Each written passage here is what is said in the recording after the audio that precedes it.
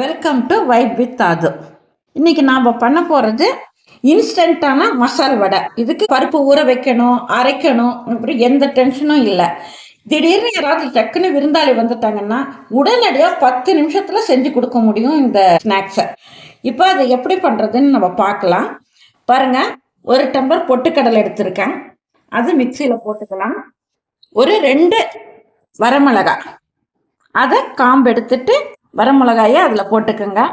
ஒரு 1/2 ஸ்பூன் மல்லி விதை எடுத்திருக்கேன், இது ஒரு நல்ல வாசனை கொடுக்கும், அதுக்காக ஒரு 1/2 ஸ்பூன் மல்லி விதை எடுத்திருக்கேன். முதல்ல இதை போய் மிக்சியில் ரவை பதத்துக்கு கொரன்னு அரைச்சிட்டு வந்துடுறேன். இப்போ இந்த பேசன் ஒன்று எடுத்துகிட்டு வந்திருக்கேன். பேசனில் பச்சை மிளகா, பொடியாக நறுக்கின பச்சை மிளகா, இஞ்சி, கருவேப்பிலை கொஞ்சம், கொத்தமல்லி, பொடியாக கட்டின கொத்தமல்லி, புதினா, கட் பண்ணின புதினா, பொடியாக கட் பண்ணின வெங்காயம், இதெல்லாம் சேர்த்துக்கலாம்.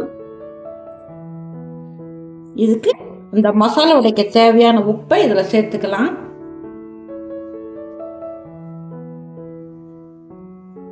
இதை நல்லா கலந்து விட்டுறலாம். பாருங்க, எல்லாத்தையும் உப்பும் வெங்காயம் எல்லாம் சேர்ந்து கலந்து விட்டுக்கலாம். உப்பு எல்லா பக்கமும் வர மாதிரி போட்டு கிளறிக்கலாம். இப்போ பாருங்க, இது போல அரைச்சிட்டு வந்திருக்கேன். ரொம்ப நைஸும் இல்லை, ரொம்ப கொரப்பாவும் இல்லை, அந்த அளவுக்கு அரைச்சிட்டு வந்திருக்கேன். அதை இதில் கலந்துக்கலாம். இது கடலைப்பருப்பு போட்டு அரைச்ச மசால் வடை மாதிரியே ரொம்ப டேஸ்டாக இருக்குங்க.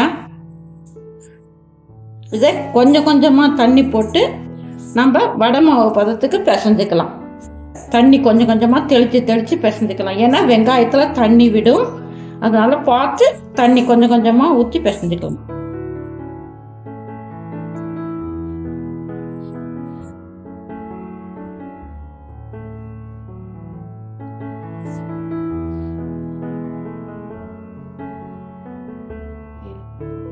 பாருங்க, இப்போ ஸ்கூல் விட்டு வருவாங்க, ஸ்கூல்லாம் ரீஓப்பன் ஆயிடுச்சு. சாயந்தரம் வந்து பசங்க பசிக்குதுமா ஏதாவது செஞ்சு கொடுன்னு சொன்னா கூட இது போல ஒரு அரைச்சி உடனே நீங்க 4 மசாலா வடை ஸ்நாக்ஸ் மாதிரி பண்ணி கொடுத்துடலாம். ஈஸி ரெசிபிங்க, ஈஸியா செஞ்சிடலாம். பாருங்க, இது போல அரைச்சி வச்சுட்டேன். இது நான் வந்து ஒரு சின்ன உருண்டைகளை உருட்டி வச்சுக்கிறேன். இப்படி உருட்டி வச்சுட்டிங்கன்னா தட்டி போடுறதுக்கு எண்ணெயில் ஈஸியா இருக்கும். பாருங்க, இது போல உருட்டி வச்சுக்கலாம். ஒரே மாதிரி சின்னதாக உருண்டையை உருட்டி போட்டு வச்சுக்கோங்க. தண்ணி ஒரு 1/2 டம்ளர் கூட எனக்கு இதாகலைங்க, அவ்வளோதான் பிடிச்சது. பாருங்க, இந்த அளவுக்கு இப்படி உருட்டி வச்சுக்கலாம்.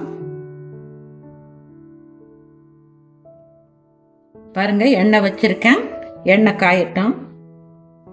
பாருங்க, இந்த வடையை சும்மா உள்ளங்கையில் இப்படி அமுக்கி நம்ம போட்டுடலாம்.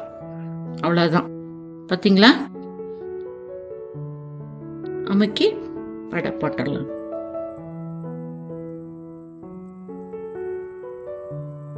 கையில தட்ட வேண்டாம், உள்ளங்கையில வச்சு தட்டி போட்டுருங்க. கொஞ்சம் வேகட்டும், திருப்பி போடலாம்.